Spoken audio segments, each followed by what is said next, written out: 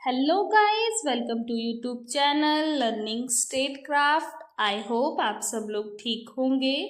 Class शुरू करने से पहले please like, share and subscribe the channel. Last topic हमने किया था डिफरेंट फॉर्म्स ऑफ पावर, जिसमें हमने इकोनॉमिक पावर कवर अप कर लिया था। आई होप क्लियर हो गया होगा। आज हम नेक्स्ट करने जा रहे हैं political power. Let's start the class. Political power.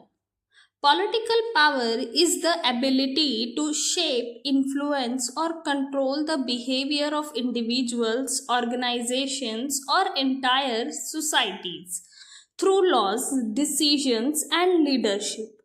It's like having the authority to set the rules of the game and decide who plays by them. It is defined as the power used by the state to make the enforce administrative decisions, punish those who violate them, and is considered institutionalized power. यहाँ पे कह रहे हैं कि जो political power हमारी होती है वो एक ऐसी क्षमता होती है जो अन्य व्यक्तियों को या संस्थाओं को अपने नियंत्रण में करती है, और नियंत्रण में करने के लिए वो कुछ कानून बनाते हैं, कुछ निर्णय लेते हैं जो उस समाज में रह रहे व्यक्तियों द्वारा और वहाँ पे पाई जाने वाली संस्थाओं द्वारा उनका पालन किया जाता है। यहाँ पे कह रहे हैं कि जिस तरीके से एक गेम डिज़ाइन करने वाला व्यक्ति जो है वो अपनी गेम के लिए कुछ नियम बनाता है और फिर उस गेम को खेलने वाले जो भी प्लेयर्स होते हैं वो उन रूल्स को फॉलो करते हैं, ठीक उसी तरीके से पॉलिटिकल पावर जो है ये भी एक तरीके की गेम रूल्स की तरह है कि पॉलिटिकल पावर जिनके हाथ में होती है वो पूरी सोसाइटी के लिए कुछ रूल्स बनाते हैं जो सबको मानने होते हैं। यहाँ पे जैसे आगे डिफाइन करा हुआ है कि पॉलिटिकल पावर जो है वो एक ऐसी क्षमता या ऐसी शक्ति होती है जिसके द्वारा प्रशासनिक निर्णय लिए जाते हैं और उन निर्णय को लागू किया जाता है, और अगर कोई व्यक्ति, कोई संस्था जो है उन निर्णयों का उल्लंघन करती है, उसे तोड़ती है, तो उसको दंड दिया जाता है। इसे हम राजनीतिक शक्ति कहते हैं। यहाँ पे कह रहे हैं कि राजनीतिक शक्ति को हम संस्थागत शक्ति भी कहते हैं। ऐसा इसलिए कहा जाता है कि राज्य में जो राजनीतिक शक्ति होती है वो एक संस्था द्वारा उपयोग की जा रही होती है, जिसे हम राजनीतिक संस्था कहते हैं, जिसमें हमारी पॉलिटिकल पार्टीज आती हैं। पॉलिटिकल पार्टीज को हम वोट देते हैं और फिर वो अपनी सरकार बनाती है और फिर वो सभी लोगों के लिए कुछ निर्णय लेती है, कुछ कानून बनाती है जिनका पालन जो है पूरी सोसाइटी करती है। तो इसलिए हम राजनीतिक शक्ति को संस्थागत शक्ति भी कहते हैं, जिसका प्रयोग जो है वो राज्य द्वारा किया जाता है। नेक्स्ट टॉपिक है forms of political power. First है government authority. Leaders and institutions like prime ministers, presidents, legislatures make and enforce laws. यहाँ पे कह रहे हैं कि जो सरकारी सत्ता होती है जिसमें हमारे राजनीतिक नेता आ जाते हैं, हमारे इंस्टीट्यूशंस आ जाते हैं, लेजिस्लेचर और एग्जीक्यूटिव, विधान पालिका और कार्यपालिका, जिसके मेंबर होते हैं हमारे प्राइम मिनिस्टर, प्रेसिडेंट और लेजिस्लेटिव मेंबर्स। यहाँ पे कह रहे हैं कि ये लोग जो हैं मिलकर पूरे देश के लिए कानून बनाते हैं, नीतियाँ बनाते हैं, और विधान पालिका जो है वो नीतियाँ बनाने का कार्य करती है और कार्यपालिका जो है उन नीतियों को, उन कानूनों को लागू करने का काम करती है। और इस तरीके से जो सरकारी सत्ता है वो राजनीतिक शक्ति का प्रयोग करती है। नेक्स्ट है public influence. Movements, protest and activists can shift public policies or challenge existing power structure.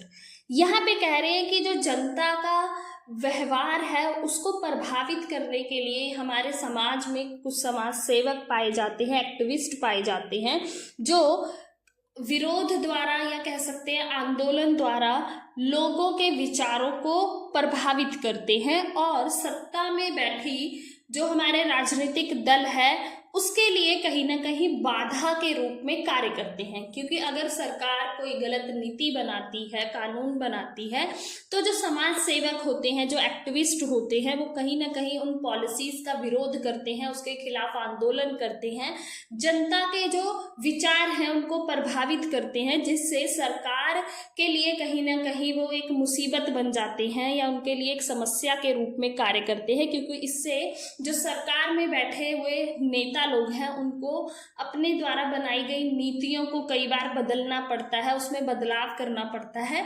तो जो हमारे पब्लिक इन्फ्लुएंसर्स हैं वो कहीं ना कहीं जो हमारी राजनीतिक शक्ति है उसके लिए बाधा के रूप में कार्य करते हैं। Diplomacy and soft power. Countries use cultural, economic and ideological appeals to influence other without force. यहाँ पे कह रहे हैं कि एक राज्य जो है वो अन्य राज्यों के साथ संबंध स्थापित करने के लिए कुछ कूटनीतिक शक्ति का प्रयोग करता है, जिसमें किसी भी प्रकार के बल का प्रयोग शामिल नहीं होता है। और जिस तरीके से एक राज्य जो है अन्य राज्य के साथ आर्थिक संबंध स्थापित करता है, व्यापार करता है, उसके लिए वो बहुत सारे अंतरराष्ट्रीय एग्रीमेंट साइन करता है, संधियां करता है, व्यापारिक समझौते करता है। और इस तरीके से कूटनीतिक शक्ति द्वारा एक राज्य जो है वो अन्य राज्यों के साथ अपने संबंध जो है वो स्थापित करता है, जहां पर वो किसी भी प्रकार के बल का इस्तेमाल नहीं करता है। तो ये भी एक तरीके की राजनीतिक शक्ति को दर्शाता है। नेक्स्ट है मिलिट्री पावर।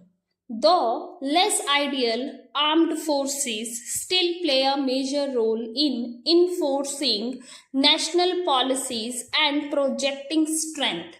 यहाँ पे कह रही है कि जो हमारी सैन्य शक्ति होती है वो एक देश को शक्तिशाली दिखाने के लिए, मजबूत दिखाने के लिए बहुत अहम भूमिका निभाती है।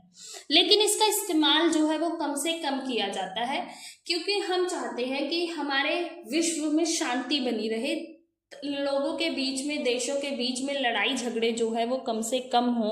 तो इसके लिए हम हमारे सैन्य बल का कम से कम उपयोग जो है वो अन्य राज्यों के साथ संबंध स्थापित करने के लिए करते हैं, ताकि हमें अन्य राज्य के साथ लड़ाई झगड़े ना करने हो। हम कूटनीति द्वारा जो है संबंध स्थापित करते हैं। लेकिन फिर भी हमारी राजनीतिक शक्ति को दिखाने के लिए सैन्य बल जो है वो बहुत अहम भूमिका निभाता है। एक देश को शक्तिशाली दिखाने के लिए उस देश की जो सैन्य बल है वो कितना मजबूत है, ये बहुत जरूरी होता है। तो इसलिए हमारी जो सैन्य बल है वो भी कहीं ना कहीं हमारी राजनीतिक शक्ति को दर्शाता है। नेक्स्ट टॉपिक है हमारा different views on political power. First है लिबरल व्यू, उदारवादी विचार।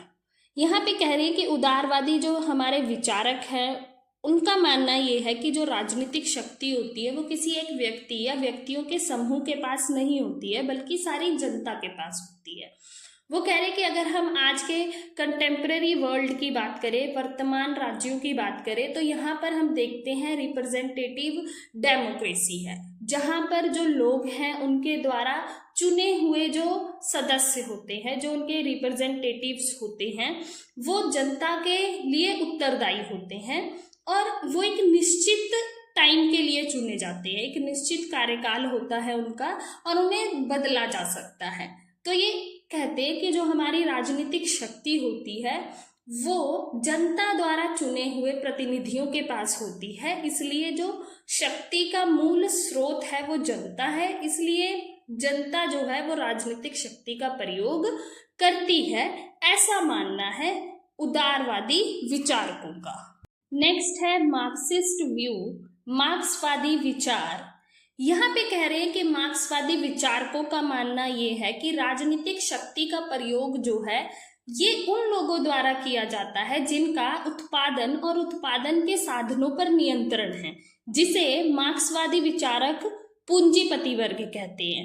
वो उनका मानना ये है कि जो पूंजीपति वर्ग है वो राजनीतिक शक्ति का प्रयोग अपने हितों के लिए करता है, और यदि उनका कोई विरोध करता है, यदि आम जनता जो है वो पूंजीपतियों का विरोध करता है, तो वे उनके हितों को कुचलते हैं और उनके विरोध को रोकने के लिए वो पुलिस और सैन्य बल का उपयोग करते हैं और उनको कुचलने का कार्य करते हैं, ऐसा मानना है मार्क्सवादी विचारकों का कि इस तरीके से पूंजीपति वर्ग जो है वो अपने हितों की पूर्ति के लिए राजनीतिक शक्ति का प्रयोग करता है और मजदूर वर्ग के जो हित हैं उनको कुचलने का कार्य करता है वे इन राजनीतिक शक्तियों का प्रयोग करके। नेक्स्ट है प्लूरलिस्टिक व्यू, बहुलवादी विचार।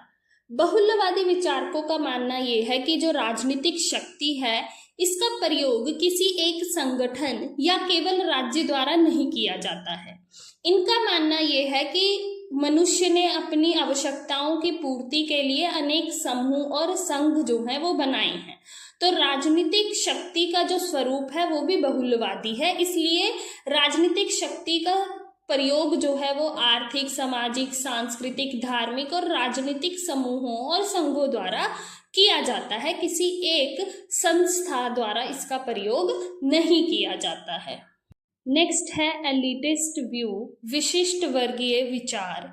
यहाँ पे विशिष्ट वर्गीय विचारकों का मानना ये है कि राजनीतिक शक्ति जो है ये कुछ विशिष्ट लोगों के हाथ में होती है या वर्ग के हाथ में होती है। यहाँ पे इनका विचार ये है कि जो शासन है वो बाहरी रूप से भले ही किसी भी तरीके का हो, लोकतांत्रिक हो, साम्यवादी हो, सैन्यशाही हो, राजतंत्र हो, लेकिन राजनीतिक शक्ति का प्रयोग जो है वो किसी एक विशिष्ट वर्ग द्वारा किया जाता है। इनका मानना ये है कि राज्य में प्रशासनिक अधिकारी होते हैं, सैन्य अधिकारी होते हैं, राजनीतिक नेता, पूंजीपति, कुलीन परिवार और जो धार्मिक नेता होते हैं, इनके हाथ में राजनीतिक शक्ति जो है वो होती है और सभी महत्वपूर्ण निर्णय जो है वो इन्हीं विशिष्ट वर्ग द्वारा लिए जाते हैं, ऐसा मानना है हमारे विशिष्ट वर्गीय विचारकों का। नेक्स्ट टॉपिक है हमारा लिमिटेशंस ऑफ पॉलिटिकल पावर, राजनीतिक शक्ति की सीमाएं क्या हैं। फर्स्ट है पॉलिटिकल ट्रेडिशन, कि किसी भी राज्य में पाई जाने वाली जो राजनीतिक परंपराएं होती हैं वहां की राजनीतिक शक्ति पर सीमा लगाती हैं। नेक्स्ट है रिलीजियस एंड मॉरल वैल्यूज, कि उस राज्य में पाए जाने वाले धर्म और नैतिकता के जो सिद्धांत होते हैं, जो वैल्यूज होते हैं, प्रिंसिपल्स होते हैं, वो भी वहां की राजनीतिक शक्ति पर सीमाएं जो है वो लगाते हैं।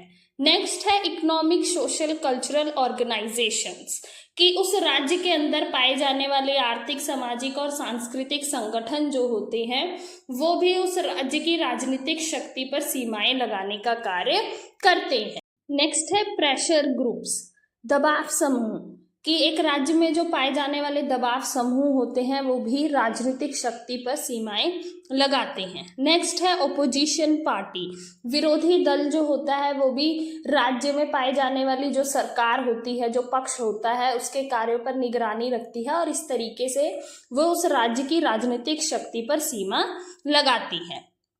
नेक्स्ट है पब्लिक ओपिनियन, जनमत।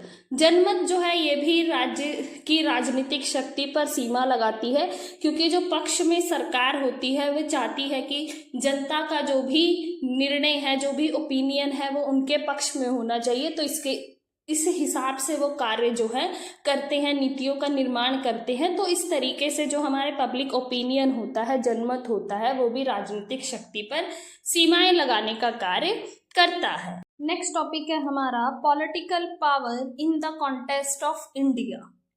फर्स्ट है political power in India is a dynamic and layered concept. यहाँ पे कह रहे हैं कि जो भारत में राजनीतिक शक्ति है वो निरंतर परिस्थितियों के अनुसार बदलती रहती है और यहाँ पे राजनीतिक शक्ति जो है वो विभाजित है। लेयर्ड कॉन्सेप्ट का मतलब है कि उसका विभाजन हो रखा है, जैसे केंद्र में अलग सरकार है, राज्यों की अलग सरकार है, वहीं पर अगर हम गांव में चले जाएं तो पंचायत व्यवस्था है और शहरों में म्यूनिसिपल कॉरपोरेशंस है। तो इस तरीके से शक्तियों का विभाजन हुआ है।